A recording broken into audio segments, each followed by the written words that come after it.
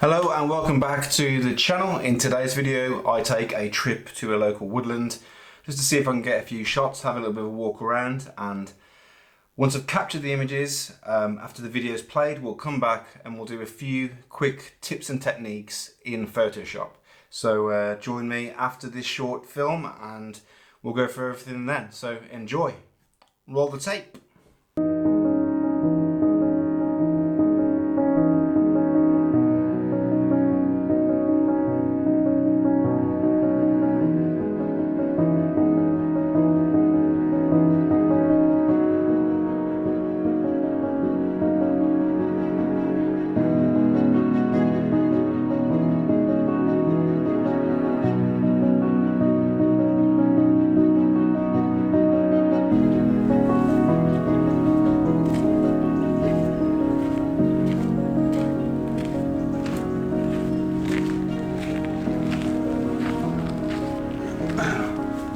There's not much in the way of haze this morning, but there's no wind at all, which means there's some really great reflections on the pond here, or pool, whatever you would call it. This is Bracebridge Pool.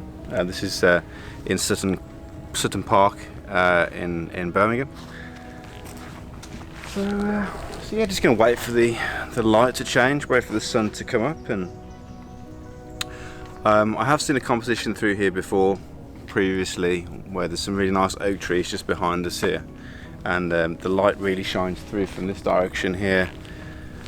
So yeah, we'll see. We'll see.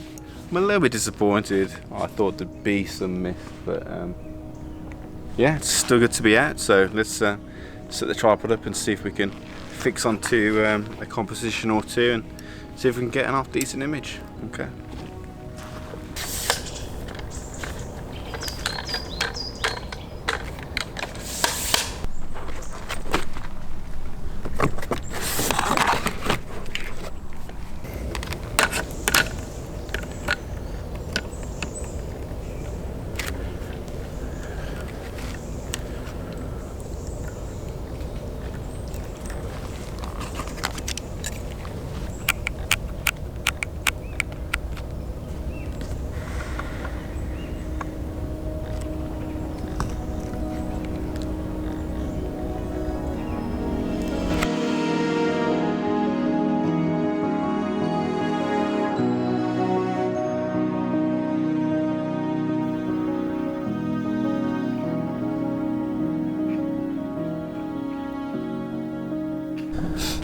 So hopefully you can see on the back of the camera what I'm focused on, but there's a tree which kind of stands out in the frame. Hopefully you can spot it, but it's the one directly in the middle here, just through the other trees. And we have these trees here on the side, either side, and it really nicely frames the center tree at the back. So I'm going to use manual focus here, so I'm going to zoom all the way in and make sure that we're sharp. So hang on a second, let's have a look. That looks good, but let me just try autofocus to see if it can do any better. That looks quite good. So I'll turn that off. Zoom back out. Now let's see what we're at. So we're at 5.6, so that's f5.6. And I'm just altering my shutter speed dependent on the light, really. Lowest ISO for the cleanest image, so ISO 64. And now I'm just going to wait for some light. Oh, someone's in the frame in a pink top. Don't think we want that in there, do we? So I think I'll take a few shots now, because it is quite moody and misty at the moment. It might work out as a half decent image, so we'll try that. So let's just take the shot now. Just going to put the automatic timer on, and we'll take one. Let's just check the histogram. It's not bad. I'll just take that shot now.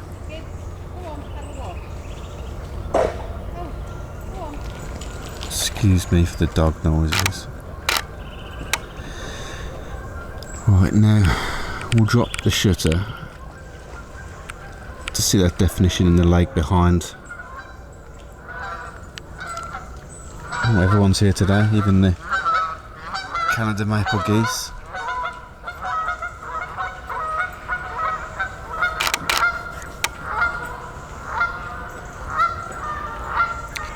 Right, we'll just take a quick look at those images to see if they're sharp. Let's go to this one, so we'll zoom in. Let's have a look. I mean, that looks really sharp. That's good. Otis, come away. No, come. Gibbs, come. Come away. No, don't you dare. I don't want him to pee up your bag. Oh, I don't either. Come out of it. Beautiful morning. Indeed, yeah.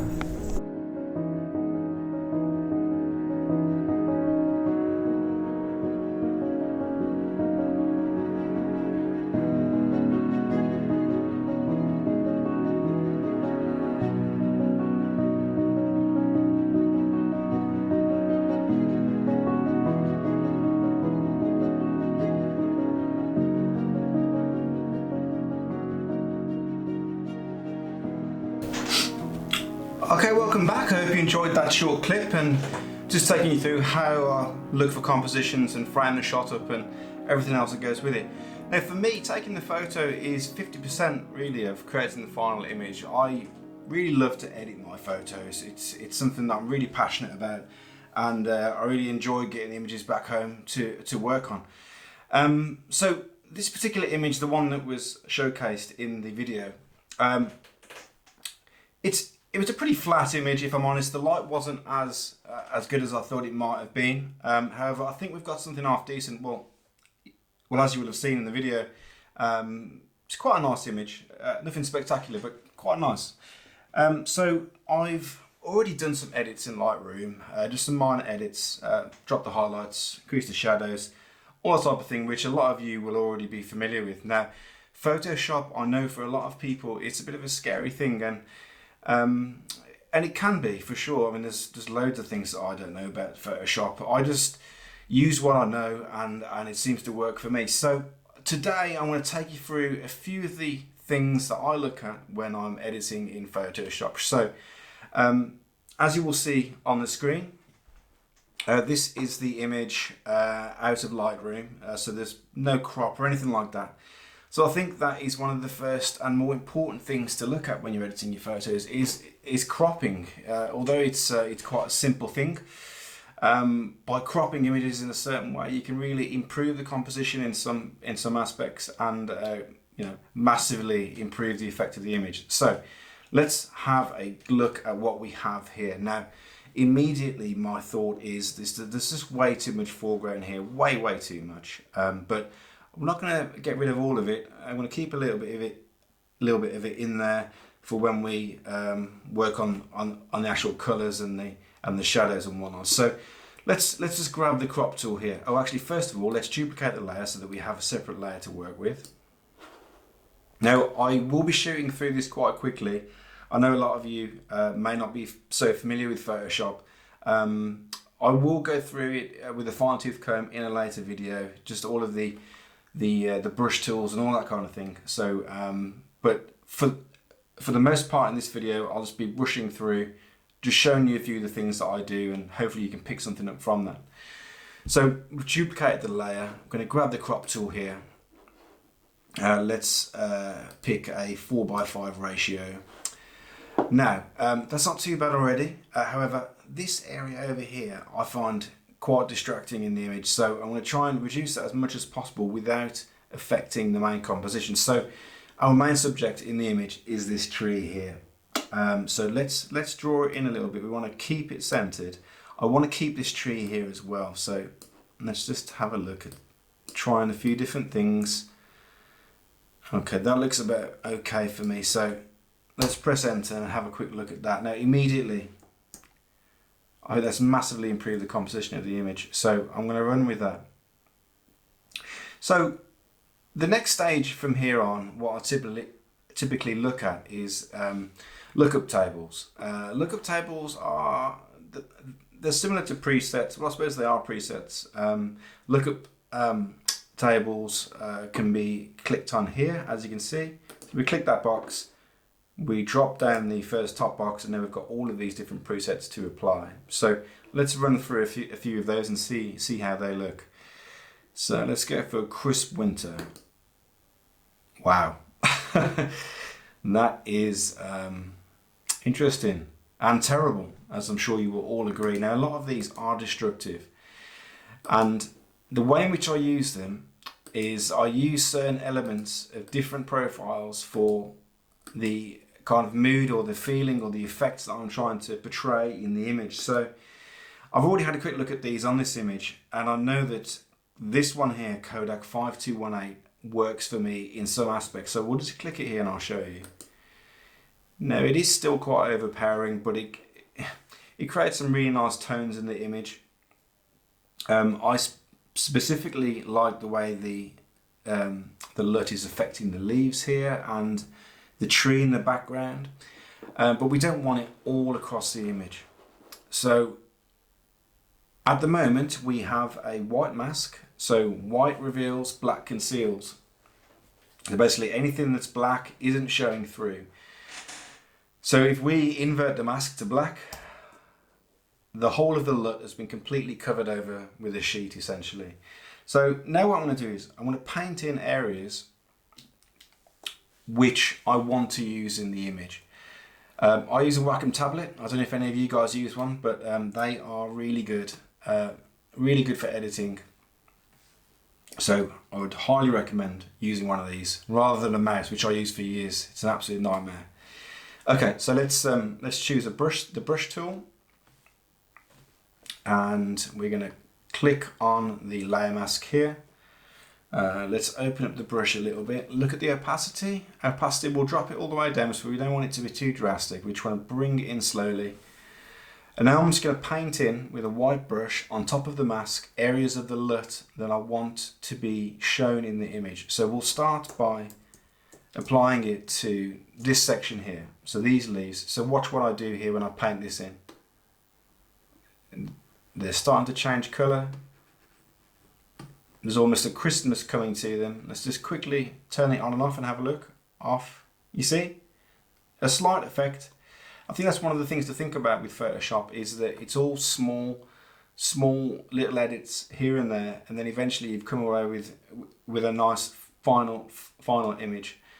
So let's work on some other areas. The same over here. So we'll bring in some of that LUT over here.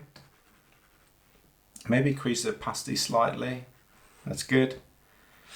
We'll zoom in a little bit more, and we'll paint in some of the tree. Now, as I mentioned before, I do apologise. I am brushing through things here. However, I am extremely conscious that the video is getting very, very lengthy. I don't want it to be too long, because I know people don't like anything over a half an hour really, and I think this might hit that mark. But I'll try and get through it as quickly as I can and as accurately as I can. So we'll paint in a little bit of here. Oh dear, look at this. Look at this. We don't want that in there. We'll get rid of that later, and I'll show you how I go about doing that. Okay, so let's just quickly do some around here, and then we'll do before and after in a second. Okay, I'll try and get as close as I can to that image that you saw in the video. Okay, let's just turn that on and off and have a quick look. So off and on. Now hopefully you can see the difference there. It's brought a little bit of contrast, a little bit of colour, and it just makes the atmosphere a little bit better in the image. Okay, the next thing, and probably one of the more important icons I use here, is the brightness and contrast mask here. So we'll click on that. Now what I typically do, depends on the image, but mostly I'll bring the brightness all the way down, and I'll do the same with the contrast. So what that essentially is doing is it's obviously darkening the image, but it's also dropping the clarity of the image. I think sometimes, especially with woodland images, when you're looking at a scene and you've boosted the clarity, for example, everything just looks really sharp, and when somebody views their image, they don't really know where to go through the image because everything's so sharp. So the way I like to work is to soften elements of the image that I don't want anything to be focused on, and to bring out contrast in other areas of the image. And that's what I'm going to show you here. So we've dropped the brightness quite low, a bit too low, bring it back up a little bit, and the contrast we've dropped as well. So again, we've got a white mask, so the whole of that effect that we've just applied is being shown across the image. So now I'm going to leave it white. I'm going to get a black brush, and I'm going to paint away the effect in the areas that I want to be brightened, for example. So let's zoom into our main subject, which is the tree. So let's increase the opacity a little bit here, about 24. Now watch what happens when I start to paint this in. See, we're starting to get the tree back. It's starting to brighten up because that mask where we've dropped the brightness is being painted away in this section. Now you might not be able to see too much of an effect right now, but in a moment I'll show you the before and after, and you'll see what this effect does. It's quite effective. So let's come back out and have a quick look. So we'll just quickly paint out some of this just so that I can show you what this does. And this is how I kind of create a lot of my moodier images. I like dark images. I don't know what the psychology behind that is, but it's something that I'm definitely into. Okay. Now, I really have rushed through that. I would take much more time usually. Let's turn that effect on and off and see what we have done. So let's turn it off. Now as you can see, the light in the back is really bright. Everything, it's just not, the eye's not being drawn through the image in my opinion. So let's put that back on, and automatically it's much better. What I'm going to do is I'm just going to add some more to the center of the image, which is the main part that we want the eye to be focused on. And I'm almost happy with that. I think that's quite good. Also, if it's too much and we don't know how much to paint out, we can always reduce the opacity. That's a quick and easy thing. So we'll go over here, reduce the opacity a little bit. I think that's good. That's good. Okay. So the next thing is similar to the brightness and contrast sliders, but essentially we're going to be creating a manual vignette. Now in Lightroom and on here we can create a structured vignette, which does work sometimes, but I find that a manual vignette is a much better and more accurate way to go. You can select the parts that you want the vignette to affect. Let me show you what I mean. So we'll put a layer on here. So we've got a blank layer. Let's change it to soft light. Now let's get the black brush. Let's really drop the opacity, so we don't want it to be too much. Let's go to about 12%, and we'll paint in the vignette around the edges of the image. So watch this. We'll start to paint in, because this foreground, it's not interesting. It just needs to be, the viewer's eye needs to be redirected from this area. We don't want anybody to look at this area. So we're going to darken down this section and also the sides, a little bit at the top there, just to create the vignette. With a structured vignette, you wouldn't be able to get this effect.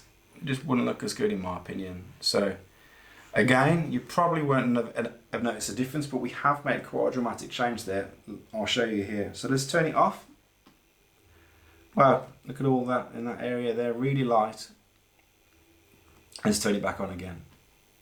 So as you can see, we've created a manual vignette. It's turned it into a moody image, and the eye goes straight through to the main subject in the image. So we're getting somewhere now. Now it's probably a little bit too much, so I'm just going to drop the opacity. See, we've always got control here. Okay, one of the final things that I'm going to show you today is using a panel within Photoshop, which you may not have access to. Now you may all have heard of luminosity masks. For years I didn't use luminosity masks. I thought it would be too complicated, and to be honest, at the start it was, but they are so effective. You can signal out different areas in the image and purely work on those without affecting the rest of the image. I'm going to show you a few examples now. The program that I use is a program called Raya Pro. It's a plugin for Photoshop created by a guy called Jimmy McIntyre. So check that out. That's one that I use. There's also another one which is called Luminosity, I believe. I haven't tried that, but that's a lot of photographers use that. So have a look at those, check them out, and see if it might be something that you're interested in. I want to show you how effective it can be here. So I want to click on the dodge and burn panel here. Okay, I'm going to select areas that I want to edit. So the shadows on the main subject is something that I want to work on. So let's just zoom in here. So we've got all this detail here in the tree, the bark, the shadows, everything else. And I want to enhance that more. So I'm going to click the shadows button here, and it's going to create a luminosity mask. So again, white reveals, black conceals. So any work that we do on the white, anything we paint onto the white, that's where the effect's going to be. So let's alter this mask until the dark sections are masked away. So the sections that we don't want to affect have been masked away. So when we paint on this now, only the white areas will be affected. I quite like that, so I'm going to press OK. Now all we do is we click the brush tool again. We select a black brush, and we'll just slowly paint in some additional shadows into this tree. So watch this tree as I sweep over it with the brush. I'm just going to do it slowly over these roots here. Just increase the opacity a little bit. Now you may think that nothing's changing, man. Nothing is changing. What are you talking about? But again, I'll show you before and after in a second, and I'll show you how effective this process is. Okay, we'll just do this tree just for the demonstration. Okay, so let's turn it off and see what we've done. I mean, wow, the tree almost looks cloudy and grey in this zoomed in section on the main subject. Let's turn it back on. Immediately we've got some shadow back. We've created additional mood in the photo. We've almost increased the sharpening and the detail by doing this, and it's just really a really effective tool. So I would recommend that you all have a go. Let's add some over here as well. And this is starting to look really nice now. Now we can do the same for highlights, so I'll quickly show you that. So let's again, we'll select the highlights. Let's zoom in to see which parts we're selecting. Now we have to be careful here because there's a lot of highlights in the background on the lake. So let's drop it down. Okay. So as you can see on the tree, the highlights are starting to show. Let's zoom out. Let's press OK. And then we'll grab a white brush and we'll paint in some of the areas to just enhance the light, which is already there. It's already in the scene. We're just enhancing it. So let's paint in some of that over there, over here. Try not to hit the lake because it's going to affect it. On the side of this tree here, so that's where the light's coming from. So all we're doing is we're enhancing the natural light, which is already there. Let's turn that on and off and see how it looks. There you go, we've added some additional light. These are all small edits, but combined you'll see the difference. So let's group all these together. Now, this is where we started from. Pretty flat, not very much contrast, not very much atmosphere. And we've added all of those 3 or 4 layers, and this is where we are. Much better, in my opinion. It's my style. So hopefully you enjoyed that. And yeah, if you want me to do something like this again, I know it's a bit time consuming, but I know some people do like to watch. If you want to see more of this, let me know, and I will do some more stuff.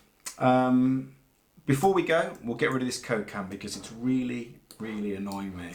So let's create a new layer, and we'll grab the patch tool, we'll select the can, and we'll pull it across, something like that. Oh, that's a bit naff. 1 second. Oops, telling me no, doesn't like it. That's brilliant. So, there's the can. Now the can's gone. Isn't Photoshop amazing? Right, that's the end of today's video. I'm sorry if I've rushed through that, but I wanted to keep the video as short as possible. Please give it a like if you enjoyed the video, and please also consider subscribing if you enjoyed the footage and everything else that goes with it. Please check out my other videos, and I'll be doing more in the future. So thanks very much for watching.